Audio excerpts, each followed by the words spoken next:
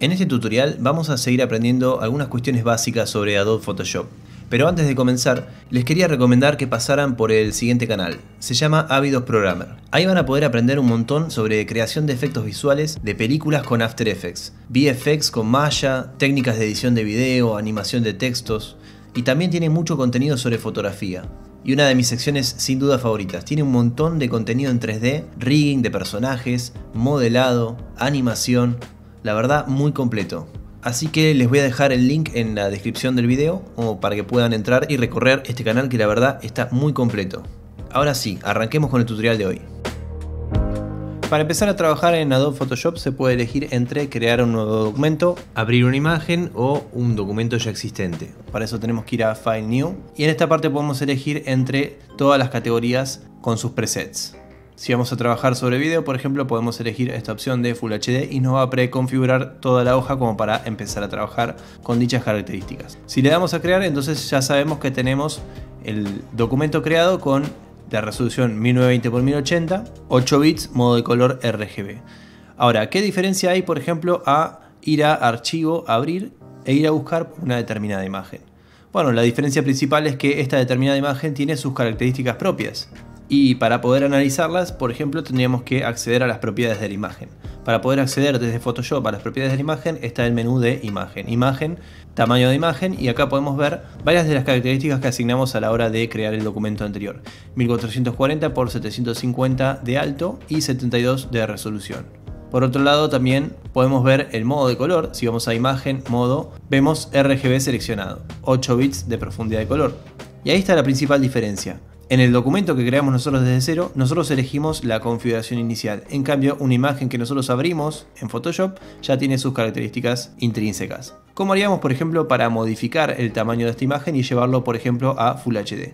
Bueno, en principio podríamos pensar en colocar la imagen acá adentro, es decir, seleccionando la carpeta, yendo a buscar la imagen, arrastrándola adentro del documento y dándole Enter para aceptar o escape para cancelar. Luego habría que reposicionar la imagen y listo. Eso desde el nuevo documento creado. Pero ¿qué pasaría si quisiéramos agrandar la imagen directamente desde el documento que habíamos abierto?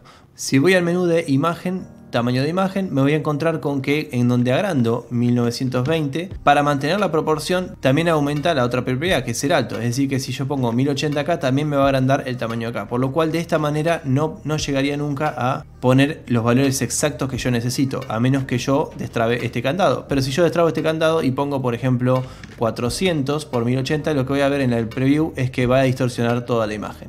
Porque este menú de tamaño de imagen lo que hace es modificar la imagen proporcionalmente, tanto la imagen como las capas que tenga a su disposición. Por ejemplo, si yo tengo un texto, vamos a ponerle el Gran Hotel Budapest, vamos a cambiarle el color, así se ve con respecto al fondo. Vamos a Character y cambiamos el color a blanco. Si además dibujamos, por ejemplo, un rectángulo en el medio de la pantalla, cuando vamos a imagen, tamaño de imagen, y lo agrandamos entonces a 1920 x 1080, vamos a ver que no solamente se agranda todo el tamaño del documento, sino también las capas que tiene adentro, por ejemplo el texto y este rectángulo. Si en cambio ahora vamos al menú de imagen, tamaño de canvas, nos vamos a encontrar con que tenemos los mismos atributos, pero ahora si ponemos 1920 x 1080, lo que se va a agrandar es la hoja del documento y no el resto de las capas. El fondo quedó de color negro porque lo que hizo para poder agrandar el tamaño del documento fue utilizar el color de fondo que teníamos seteado, en este caso color negro. Es decir que si yo quisiera fondo blanco, simplemente tendría que poner el fondo en color blanco. Y ahora cuando agrandamos, imagen, tamaño de canvas, 1920 x 1080, lo va a hacer de color blanco. Recordemos entonces que para poder importar imágenes en Photoshop existen distintas maneras. Una podría ser, por ejemplo, arrojando la imagen, arrastrándola desde la carpeta hasta dentro del documento, y acá podemos aceptar o cancelar el tamaño que le vamos a dar finalmente a la imagen. Otra forma podría ser colocándolos directamente desde el menú. Si yo voy a File, Place Embed o colocar embebido, lo que voy a hacer es de nuevo también colocar la imagen en el documento y setear de nuevo el tamaño. Recordemos entonces, distinto es de ir a archivo, abrir, en donde las imágenes ya trae incorporada cierta metadata o información intrínseca. Volvemos hacia atrás hasta que teníamos el texto y la forma, porque ahora lo que vamos a hacer es guardar. Vamos a ver un poco lo que es el guardado de archivos en Photoshop. Si yo voy a archivo, guardar como, me voy a encontrar con que por defecto va a tratar de guardarlo con la extensión PSD. Cosa que no ocurre cuando yo abro una imagen directamente desde cero. Vamos a suponer que abrimos esta imagen, la arrastramos sobre este área gris y eso lo que hace es como si fuéramos a File Open, pero directamente te abre la pestaña acá. Si yo voy a archivo, guardar como, me va a ofrecer JPG. Eso es porque todavía, como no creé ninguna capa por encima, entiende que voy a querer guardar la imagen original, es decir, en formato JPG. Pero si en cambio yo trabajo con más cantidad de capas, va a entender, cuando voy a archivo guardar como, va a entender que quiero guardarlo como un proyecto de Photoshop, es decir, como un archivo PSD. ¿Qué diferencia hay entre JPG y PSD? Bueno, la diferencia es que el proyecto es editable, mientras que la foto ya está cerrada, ya está exportada. Es como si habláramos del proyecto de Premiere o de After Effects y el video exportado. Así que si yo guardo el archivo como PSD, guardar, y también lo guardo como JPG, vamos a guardarlo como JPG, cuando cierro todos estos documentos y los quiero volver a abrir, desde la imagen, desde el JPG, esto ya está cerrado. Fíjense que las capas no están, es decir, es como si fuera un render final. En cambio, si yo abro el .psd, me voy a encontrar con todas las capas, es decir, que el documento sigue siendo editable. Volvamos un poco hacia atrás, cerremos el documento y vamos a crear un nuevo archivo en Full HD, 1920 x 1080. Ahora vamos a importar de nuevo esa imagen con la que estábamos trabajando. Supongamos que ahora queremos borrar alguna porción de la imagen o empezar a modificarla, pintarla con algún pincel o algo. Vamos a suponer que agarramos la goma de borrar y empezamos a querer borrar. Bueno, nos salta este mensaje y dice: este objeto inteligente debe ser rasterizado antes de proceder. La edición de contenido no va a estar más disponible. ¿Desea rasterizar este objeto inteligente? Este cartel tan extraño tiene su explicación. En Photoshop conviven dos modos de capa: objeto inteligente, que es en el estado en el que está la capa en este momento, y ahora vamos a entender por qué, y capa rasterizada. El objeto inteligente hay que entender que es un objeto que no es a priori editable, por eso está como bloqueado. Cada herramienta que yo utilizo quiero escribirle arriba y me ofrece rasterizar. ¿Qué diferencia hay entre rasterizar una capa o mantenerla como objeto inteligente? Bueno, en principio el objeto inteligente recuerda su estado original, recuerda sus dimensiones originales. ¿A qué me refiero con esto?